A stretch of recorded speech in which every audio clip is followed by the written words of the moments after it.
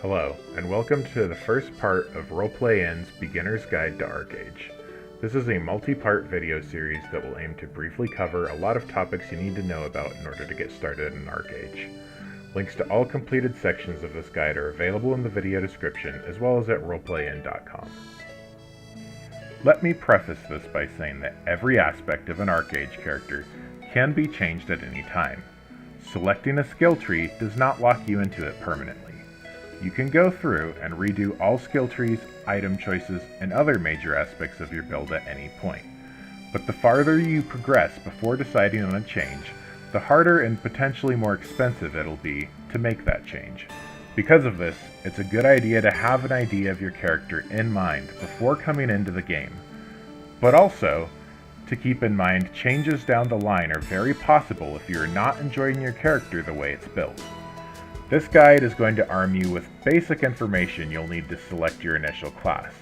For more detailed information, I'll be making guides that go into far more depth on each of the 4 general character archetypes I cover in this video. Melee power classes have a combination of high physical damage and good crowd control, if they can keep up and close to their enemies.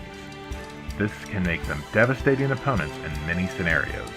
They also have good aggro generation if they build around that. Battle Rage is the essential tree for every melee character and should always be your starter pick if you go melee. In group PvE, melee characters can make excellent tanks and good single target DPS or off tanks as well. In group PvP, melee classes are good single target elimination, but they must get up close and personal to do it, unlike archers, meaning they aren't ideal for that style of play. They can also fill the role of first engagers as tanks, but generally are outdone by mage tanks. A good melee character can get the job done in solo PvE, but should be well stocked on food to avoid long health and mana recovery times. In solo PvP, a DPS-oriented melee character will excel against targets with weak physical defense, especially if they catch them by surprise, but struggle against characters who can tank physical damage. A melee character with good tanking abilities will excel against physical DPS, but they may struggle against mages and healers. There are 2 good primary trees for magic users, but only one of them is currently available in the character creation. Sorcery is the default pick for magic users, but some excellent mage builds such as the Skull Knight run occultism without sorcery, which can be done by changing your skill trees at a Nui statue. Sorcery has powerful spells with long cast times, generally usable at a range. Sorcery-heavy characters generally use crowd control to buy themselves the time needed to cast their heavy-hitting abilities. Occultism has short-range abilities with a heavy focus on area of effect damage. Many occultism abilities have no cast time. It's a favored tree of mage tanks, but also is frequently used in conjunction with other occultism-focused characters to devastate entire groups of opponents. Mages have so many roles it's difficult to define them all. Some occultism builds make excellent frontline PvPers, while some sorcery or sorcery occultism builds provide damage support up close or at a range. In solo PvP, most mages tend to rely on complex combos to keep their opponents locked down with crowd control for as much of the fight as possible.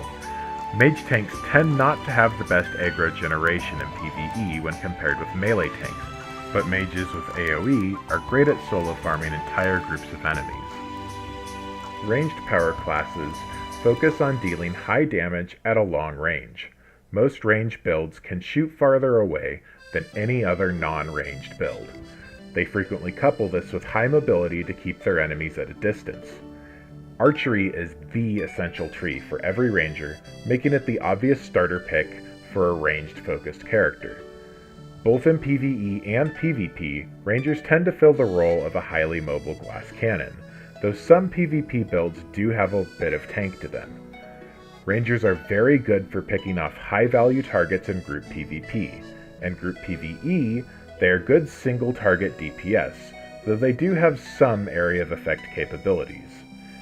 In solo PvE, they are excellent kiters who burn down single targets fast, but can struggle to take down groups of enemies. In solo PvP, they are great against targets that they can keep at a range, but have very little in the way of stun-like abilities. They're weakest against targets who have decent physical defense or who can keep close to them. Healing power classes fill the traditional Trinity role of healer. Every effective healer needs the Vitalism tree to fill their role, so that's going to be your initial skill tree pick if you go healer. A Vitalism focused character will have a lot of powerful healing effects. They also have a few buffing skills, and some damage abilities that scale based on healing power.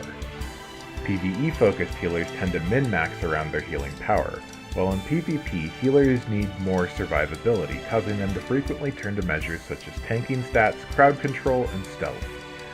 Healers are essential for group play in both PvP and PvE. They are also surprisingly good solo classes in PvE, if you want to slowly but steadily chew through your opponents. In solo PvP, they are very strong against characters with poor damage output, but weak to burst DPS and mana drain, and plain unenjoyable if you end up in a duel against another healer. If you're still having problems picking a class after the information presented, I'd recommend checking out the more detailed videos linked in the video description. Otherwise, you should be ready to make your character now, as racial bonuses are minor enough that it's advisable to pick based on personal taste. If you liked this guide, make sure to subscribe to the Roleplay In channel, check out our website, and give feedback on what kind of guides you would like to see us produce next.